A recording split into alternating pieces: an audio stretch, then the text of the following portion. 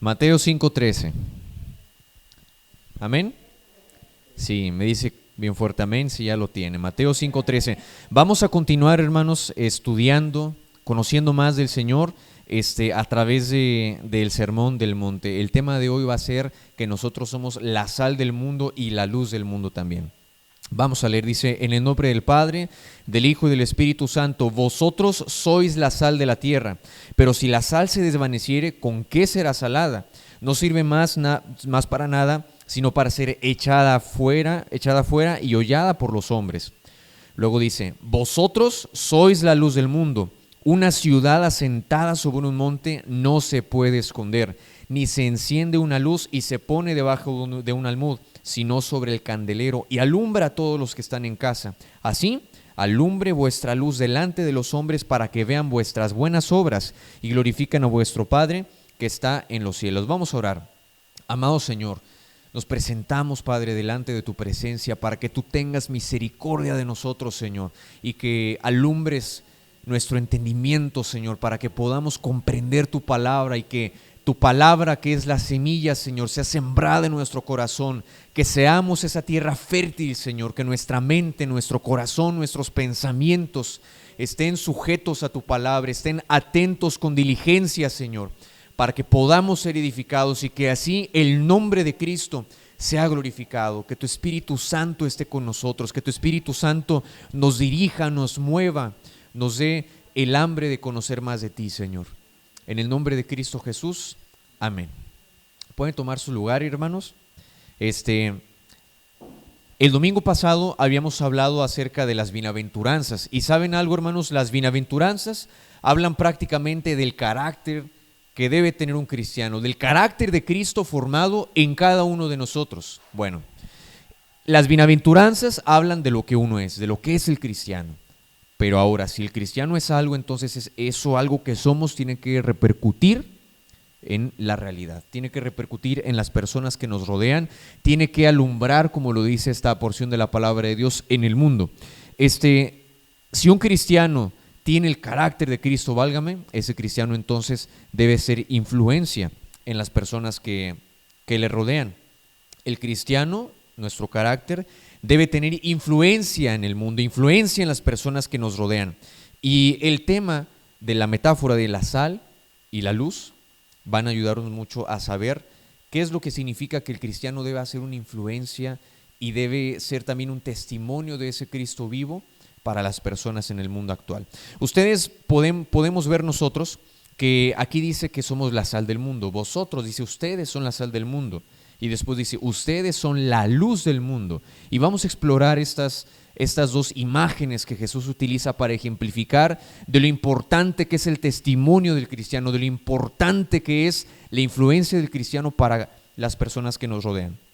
Y bueno, verdaderamente los cristianos, hermanos, los creyentes, aquellos que hemos sido salvos, que hemos tenido un encuentro con Dios, aquellos que hemos sido trasladados por el Espíritu Santo hacia la cruz de Cristo para comprender el sacrificio del Señor por nosotros, debemos ser influencia en las personas.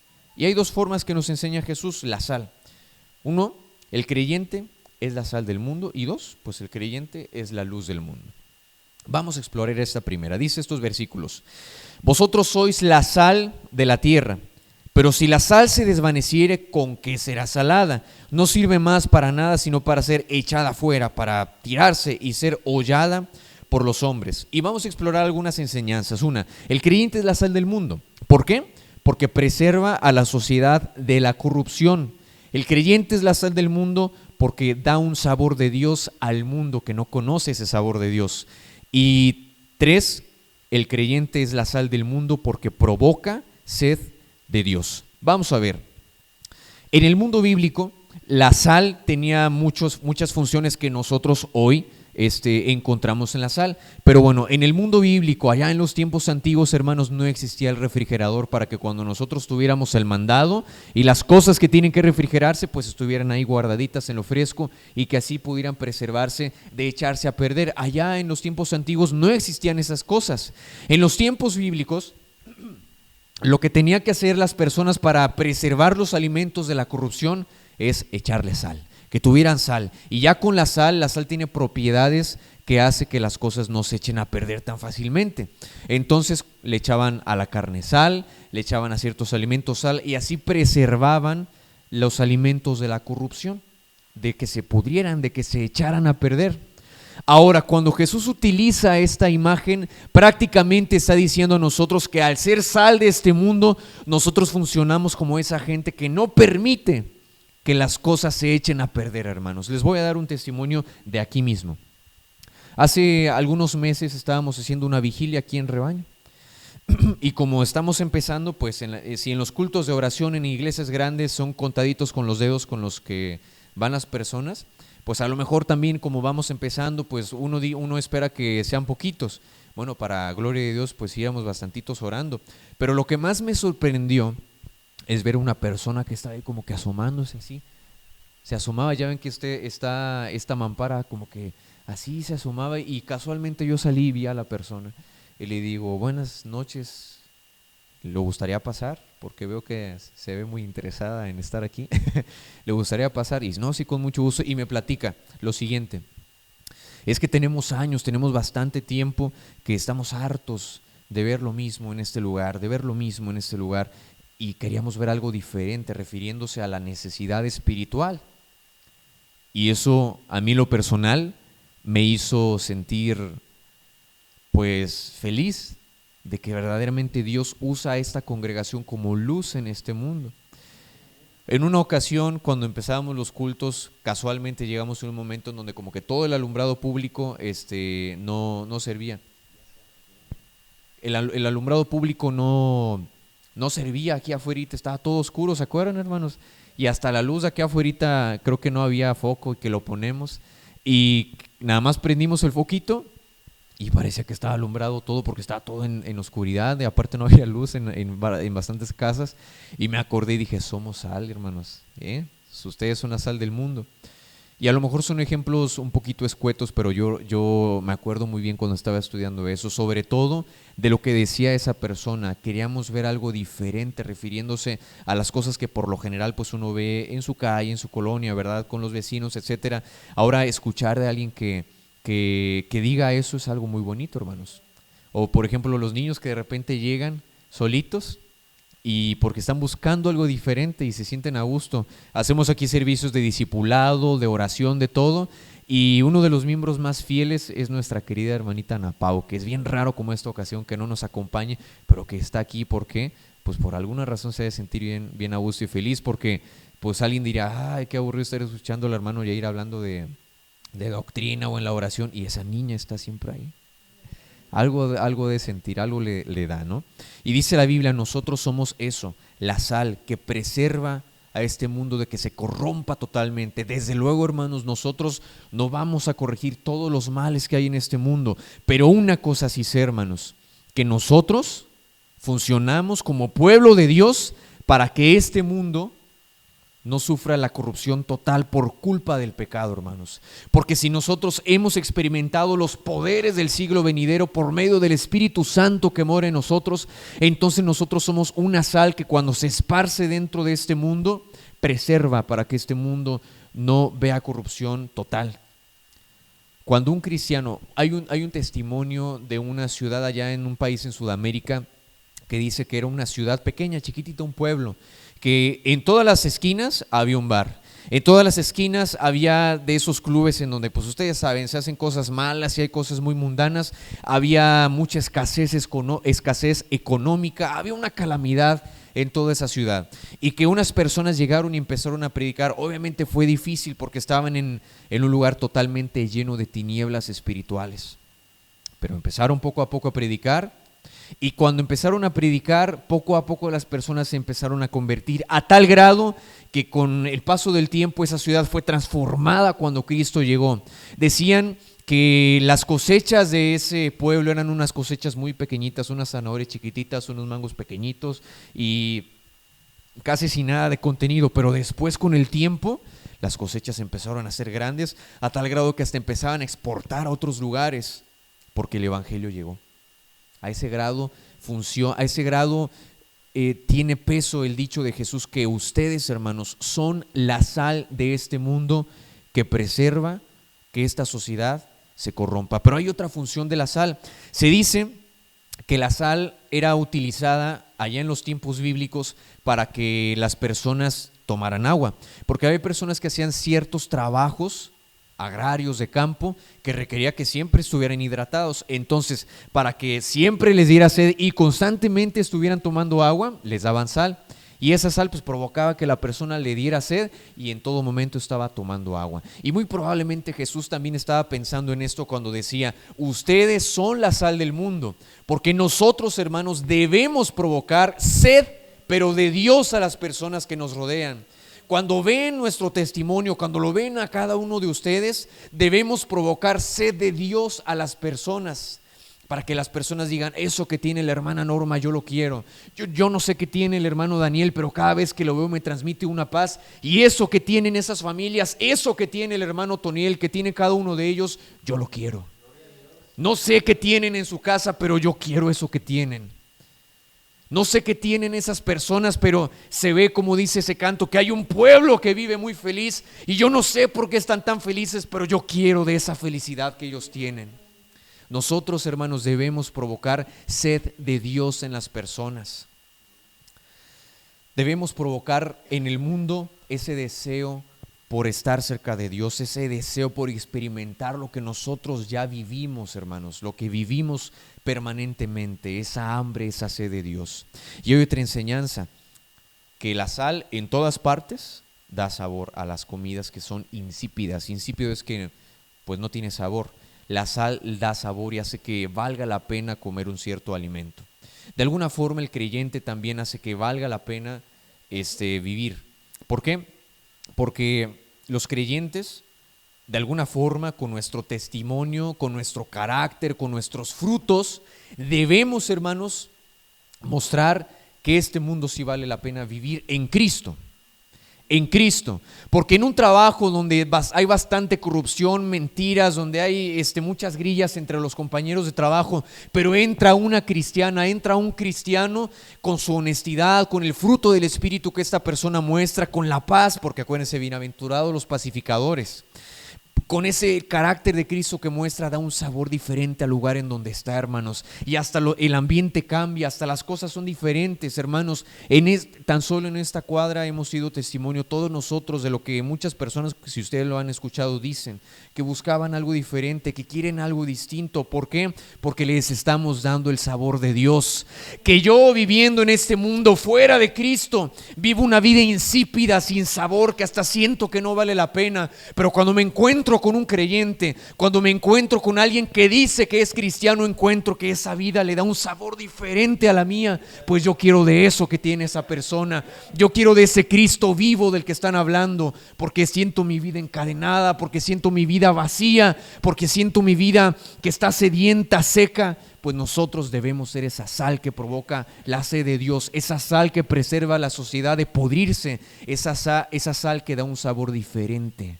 Un sabor a Cristo, un sabor a amor, un sabor a bondad, un sabor a esperanza, un sabor a vida eterna, un sabor a que Cristo verdaderamente hace todas las cosas nuevas, hermanos. Pero fíjense lo que dice después.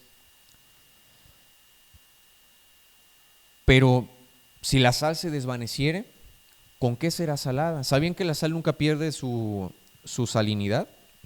Está científicamente comprobado. Entonces Jesús está diciendo algo muy obvio. Imagínense, si la sal no fuera sal, en el lenguaje original está diciendo, si la sal se hiciere necia, fíjense, si la sal se hiciere necia, ¿con qué será salada? Pues no sirve para nada, ¿verdad? Polvillo blanco lo tiramos. Y dice, no sirve para nada sino para ser hollada por los hombres. Hollar significa pisotear. O sea, que sea como polvo que está en la calle, que no sirve para nada. Imagínense, hermanos, que seamos una iglesia, que seamos una sal que no sala, una sal que no preserva, una sal que cuando nos vean nos confundan con alguien del mundo, una sal que cuando nos vean nos sientan que realmente iluminamos con la luz de Cristo, hermanos. Una sal que cuando vean nuestro testimonio se confunda con el mundo. No es posible, hermanos. Porque si fuéramos así, es como si Jesús nos dijera, y de hecho si lo leemos así como originalmente fue escrito, es un mensaje duro, porque es como si Jesús dijera, si la sal se hace inútil, no sirve para nada. Llenamos un asiento para nada. Oramos al cielo para nada, vivimos diciendo que somos cristianos para nada, pero debe ser diferente, hermanos. Si somos sal de este mundo, debe sentirse, y el mundo debe sentir eso, hermanos. Aunque es obvio que en algún momento el mundo choca con el carácter de Cristo, pero aún así nosotros debemos, por mandato de Dios, funcionar como la sal del mundo, preservar este mundo de su corrupción, mostrarles que hay algo diferente que el pecado, que los deleites pasajeros de este mundo no son nada a comparación con las glorias que tenemos en Cristo, con la satisfacción que Cristo nos da en nuestra vida personal y en nuestra familia. Pero hay otro ejemplo con el que Jesús explica el carácter de los creyentes como testimonio a este mundo, y es el ejemplo de la luz. Y aquí Jesús explica un poquito más y dice: ustedes son la luz del mundo. Una ciudad asentada sobre un monte, pues no se puede esconder, es obvio. Es como cuando nosotros vamos en carretera y a lo lejitos vemos que ya vamos llegando a la ciudad y es de noche. ¿Por qué nos damos cuenta que ya estamos llegando a la ciudad? Porque vemos ahí los foquitos tiritando, los foquitos parpadeando de toda la ciudad. Cuando viene la feria, ¿cómo nos damos cuenta que llegó, hermanos, si estamos lejos de la feria? Porque se ve ahí la rueda, ¿verdad? Las luces de la feria, se ve la luz de ese juego que está bien altote, que es como un poste bien gigante, y vemos todo, hasta se ve como un mito, hermanos, de todos los puestos que están ahí, de las brochetas, de todo, hermanos. Yo los voy a empezar a antojar. Todo el humo de las cosas, hermanos, ahí se ve, ¿verdad? Entonces Jesús dice: una ciudad que está asentada sobre un monte con todas sus luces, es imposible que se esconda. Cuando nosotros ostentamos tener la luz de Cristo en nuestra vida, entonces es imposible que la gente no vea que la luz de Cristo alumbre en nosotros. Es imposible que el mundo no se dé cuenta que Cristo vive en nosotros. Hay un canto que siempre entonaba aquí un hermano hace tiempo, que se llama La luz de Dios, que dice más o menos: si al cruel enemigo temes combatir, y algo así, que la hermosa luz de Dios fulgure en ti y serás feliz así. Y el creyente verdaderamente es luz en el mundo por ciertas cosas. Una, porque en el creyente habita la presencia de Dios. Dios es luz, dice la Biblia, y no hay tinieblas en él, nos dice la carta a Juan. Dios es luz. Entonces, si Él es luz y Él habita en nosotros, hermanos, nosotros alumbramos con una luz ajena, pero que vive en nosotros, la luz de Cristo, la luz de Dios que vive en nosotros. Si nosotros somos luz, es porque en nosotros vive la luz. No podemos decir que tenemos la luz de Cristo, pero somos tinieblas, porque Jesús lo dice: si la luz que hay en nosotros es tinieblas, pues imagínense. No, nosotros somos luz de este mundo. Aparte, debemos entender que somos luz como un cuerpo de Cristo, porque dice, primero utiliza la imagen de una ciudad. En una ciudad no hay una luz nada más, son varios foquitos los que están prendidos, y así somos nosotros, como varios foquitos que estamos prendidos y que juntos en multitud alumbramos a este mundo con la luz de Cristo. Que la gente cuando pasa y mira al pueblo de Dios está contemplando la luz de Dios reflejado en su cuerpo, reflejado en el cuerpo de Cristo. Esa es la luz de Cristo que se glorifica a través de su gente, a través de su congregación, a través de su comunidad, hermanos. ¿Usted y yo somos luz o somos tinieblas? Que a través de nuestras palabras, de nuestras conversaciones, de lo que hablamos de otras personas, de lo que pensamos, de lo que vemos, como colectivo siempre glorifiquemos a Cristo, hermanos. Imagínense si nos juntáramos para chismear, para hablar mal de alguien, para hablar de cosas que no son edificantes. El mundo va a llegar y va a decir: no, pues mejor me quedo en donde estoy. No, el mundo, cuando vea a la comunidad de cristianos, como una vez les dije en el discipulado, tiene que ver a través de los cristianos que los cielos nuevos y la tierra nueva son reales, porque esos cielos nuevos y esa tierra nueva comienzan aquí, en el pueblo de Dios. ¿Ya comenzaron, hermanos, o no comenzaron? ¿Verdad que sí ya comenzaron?